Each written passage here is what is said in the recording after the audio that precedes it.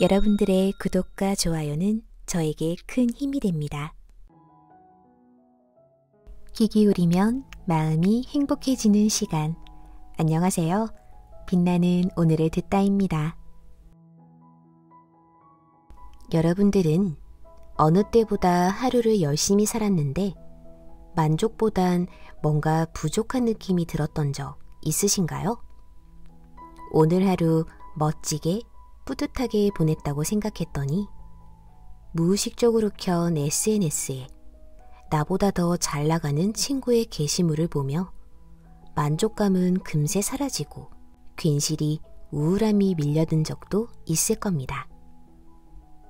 저자는 지금 행복하지 않은 가장 큰 이유가 자신에게 너무 엄격하기 때문이라고 말합니다. 오늘은 조금 부족한 나이지만 내가 좋아지는 마음의 틈을 만들어 행복을 채우는 법을 알아볼게요. 자신에게 엄격한 사람은 흔히 나는 사실 엄청나게 게으르고 덜렁대는 사람이라 스스로를 다그칠 수밖에 없어요 라고 합니다. 조금만 방심해도 금세 게을러져서 스스로를 자꾸 다잡게 됩니다. 라고 말하는 사람도 있습니다. 여러분도 이렇게 생각하고 있지는 않나요?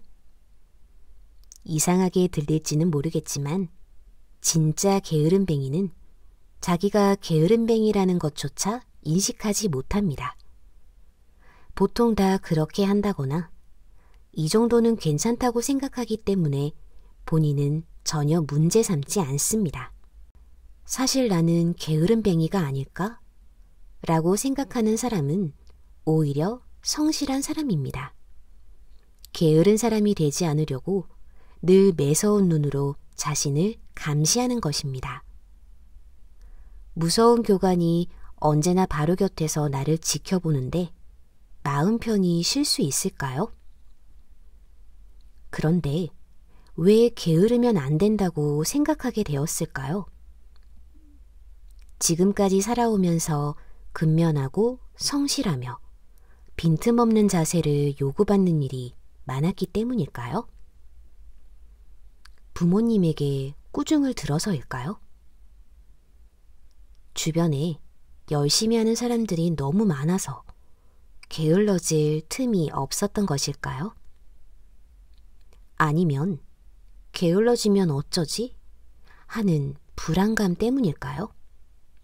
게으르면 안 된다는 생각으로 게을러지는 것을 두려워하며 무서운 교관을 곁에 두고 언제나 자신을 날카롭게 대하면 마음은 점점 지쳐갑니다. 물론 몸도 비명을 지르겠죠. 너무 나태한 것이 아닐까? 라고 생각하면 일을 적당히 하거나 편안히 휴식을 취하지 못하고 늘 긴장 상태로 끊임없이 열심히 할 수밖에 없습니다. 나는 사실 게으른 사람이다. 방심하면 게으른 본 모습이 나와버린다고 말하는 사람들은 적당히 힘을 빼고 쉬어간들 결코 게으름뱅이가 되지 않습니다. 그런데도 나태함에 빠질까 두려워 스스로를 몰아붙이고 그 두려움을 점점 키워갑니다. 그런데 정말 게으름뱅이가 되면 안 되나요? 자신에게 좀 더 관대해지고 게으른 사람이 되어도 좋다고 허락하면 어떨까요? 좀 쉬어가세요. 좀 더 설렁설렁 해보세요. 그런 사람들에게는 이렇게 말해주고 싶습니다. 적당히 힘 조절하기를 실천해보라고 말입니다. 계속 힘을 쏟는 것보다 열심히 할 때는 하고 쉴 때는 쉬는 편이 의욕도 더 생기고 좋은 성과로 이어지지 않을까요? 지금 뭔가 짚이는 부분이 있다면 조금 게을러줘도 괜찮지 않을까? 라고 스스로에게 말해보세요. 게을러줘도 괜찮다는 인식만으로도 변화는 시작됩니다. 지금 해야 하는 일 한 가지를 떠올려 보세요. 설거지, 내일 할 일 준비, 다음 주까지 제출해야 하는 보고서 작성, SNS 답장 보내기 등 어떤 일이든 좋습니다. 그 일은 지금 내가 할 수 있는 일인가, 할 수 없는 일인가? 스스로에게 물어본 다음 마음의 소리에 가만히 귀 기울여 보세요. 할 수 있다는 대답이 들려오면 좋아 하고 힘차게 시작합니다. 못해 라는 대답이 들려오면 그래, 오늘은 하지 말자 라고 과감하게 접어둡니다.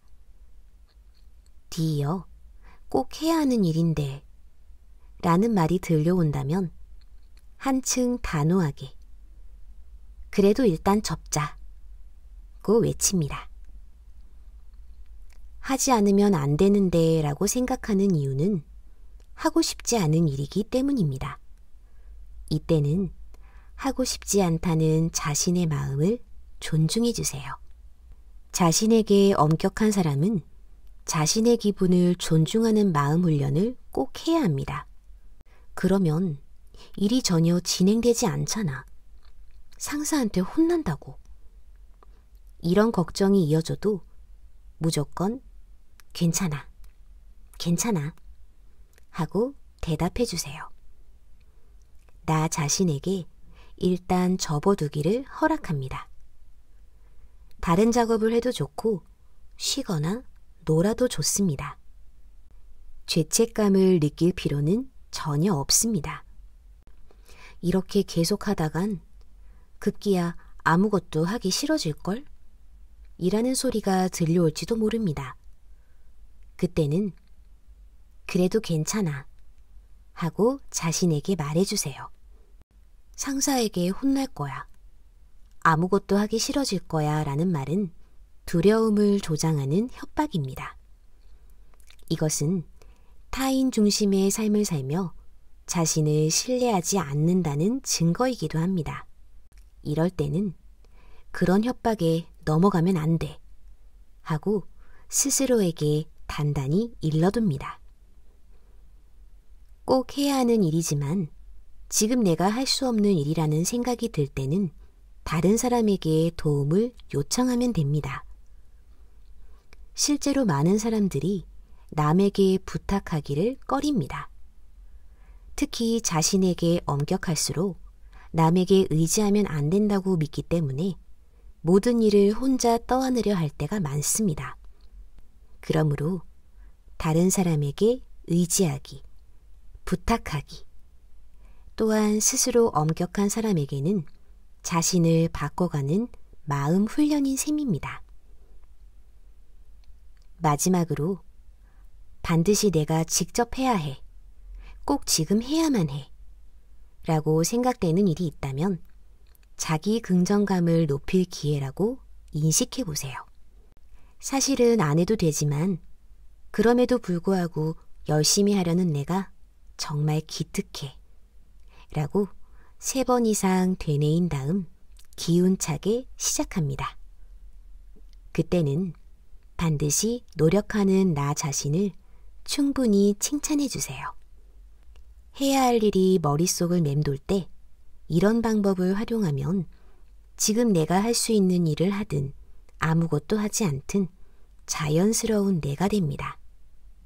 그때 자기 긍정감은 저절로 높아집니다. 지금 내가 할 수 있는 일인지 할 수 없는 일인지 스스로에게 물어보고 마음의 소리에 귀 기울여 보세요. 이런 나는 안 돼. 지금의 나로는 성공할 수 없어. 라고 생각하며 억지로 힘을 낸 적이 있나요? 직장일, 다이어트, 결혼, 자기계발, 자격증. 향상심을 가지고 목표를 향해 노력하고 있습니다. 이제 다음 질문을 잘 읽고 대답해 보세요.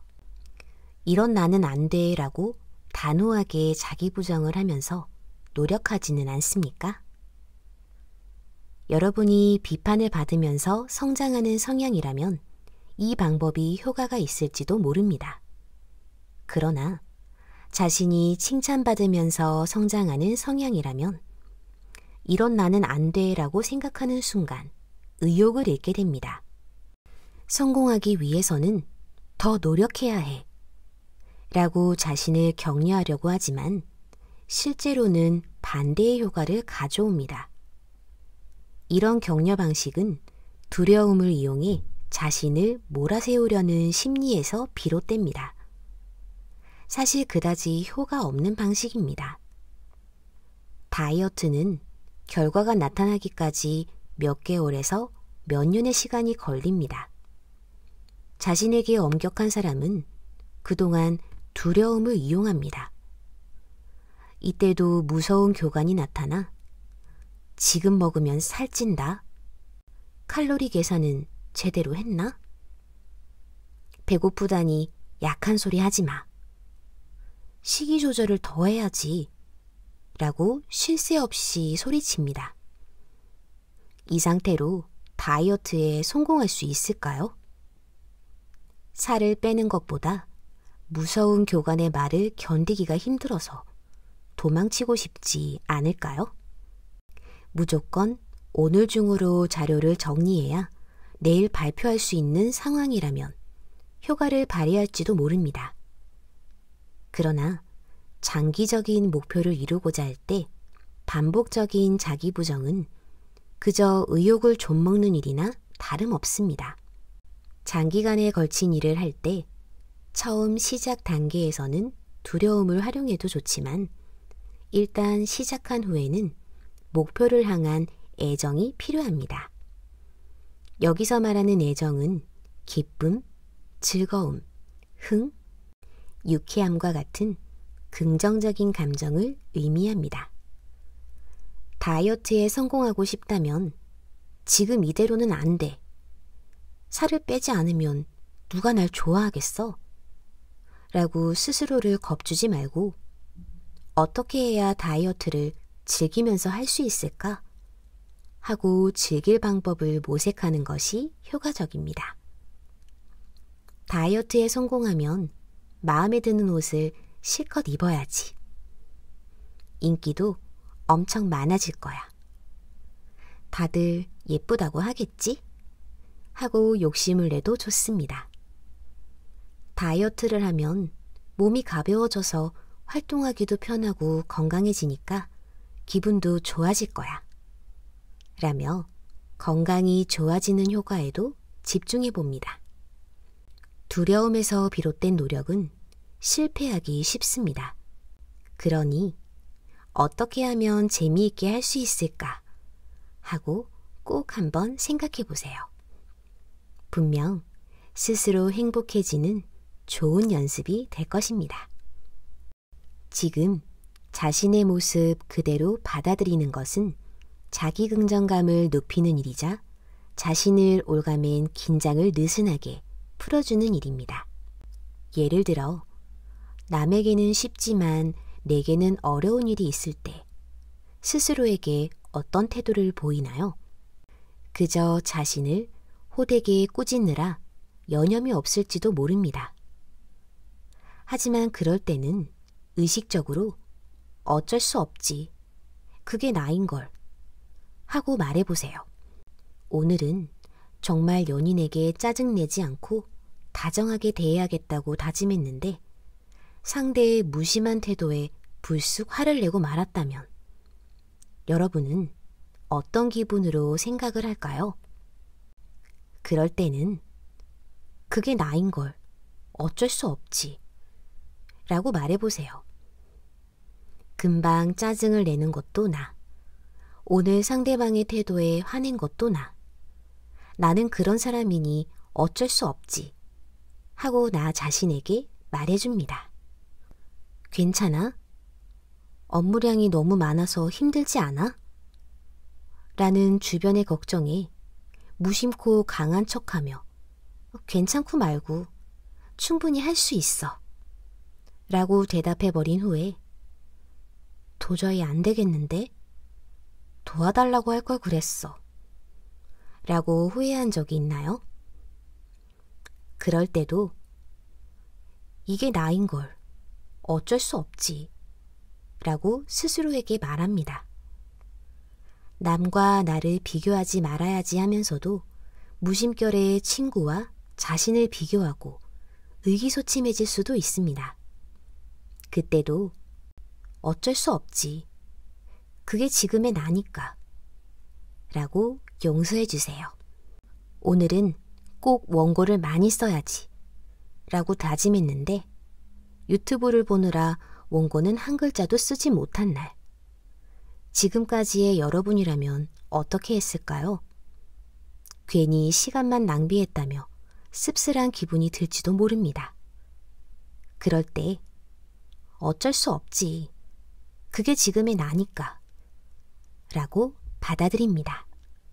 어떤 상황에서든 어쩔 수 없지, 그게 지금의 나니까 지금의 내 모습 그대로 받아들이고 자신을 용서하는 것입니다.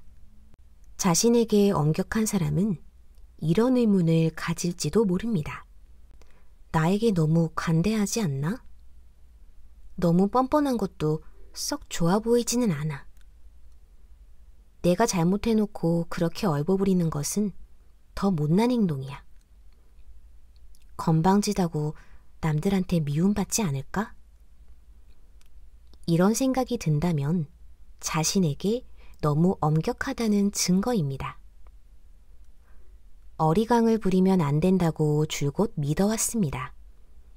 성장하려면 자신에게 엄격해야 한다고 믿어왔습니다. 솔직하고 뻔뻔한 태도는 좋지 않다고 믿어왔습니다. 자신에게 엄격하지 않으면 형편없는 사람이 되고 만다고 믿어왔습니다. 하지만 어쩔 수 없지, 그게 지금의 나니까 라는 말은 지금의 나를 받아들이는 자세입니다. 지금의 나를 적극적으로 이해하기 위한 행동입니다. 지금의 나에 대한 부정은 지금 내가 있는 자리에 대한 부정입니다. 현재 자신의 위치를 정확히 파악해야 목적지까지 최적의 경로를 찾고 어떻게 행동할지를 결정할 수 있습니다. 다른 사람에게는 쉬운 일이 지금 내게는 어렵다는 생각 그 자체를 있는 그대로 받아들이면 그럼 나는 이제부터 어떻게 해야 할까? 라는 목적지를 설정할 수 있습니다. 그럼 목적지를 향해 출발할 수 있는 상태가 됩니다. 나는 잘하지 못한다는 생각이 들 때는 잘하게 된다는 목적지를 설정합니다. 못한다는 지금의 현실을 받아들이고 잘하는 사람이 된다라는 목표를 세워도 좋습니다. 어쩔 수 없지, 그게 지금의 나니까 라고 우선 지금의 나를 받아들이세요. 그러면 이제 어떻게 할까? 어디를 향해 나갈까? 하고 다음 행동을 선택할 수 있습니다. 자신의 결점이 무엇인지 생각해보고 그 결점에 대해 어쩔 수 없지, 그게 지금의 나니까 라고 인정해주세요. 하루를 돌아보고 기뻤던 일을 떠올려 보세요. 몇 가지 정도 생각나시나요? 오늘 하루를 찬찬히 되짚어 봅니다. 어제여도 좋습니다. 딱히 생각나는 일이 없는데 라고 말하는 사람은 지나치게 열심히 사느라 마음의 소리를 무시하고 있는지도 모릅니다. 자신에게 엄격해서 의무감에 사로잡히거나 타인 중심으로 살아가는 사람은 자기 마음을 들여다볼 여유 없이 다른 사람이 어떻게 생각하는지에만 신경 씁니다. 정말 하고 싶지 않아 라는 마음의 소리를 무시하거나 그래도 해야 해 라고 윽박지르기 일쑤입니다.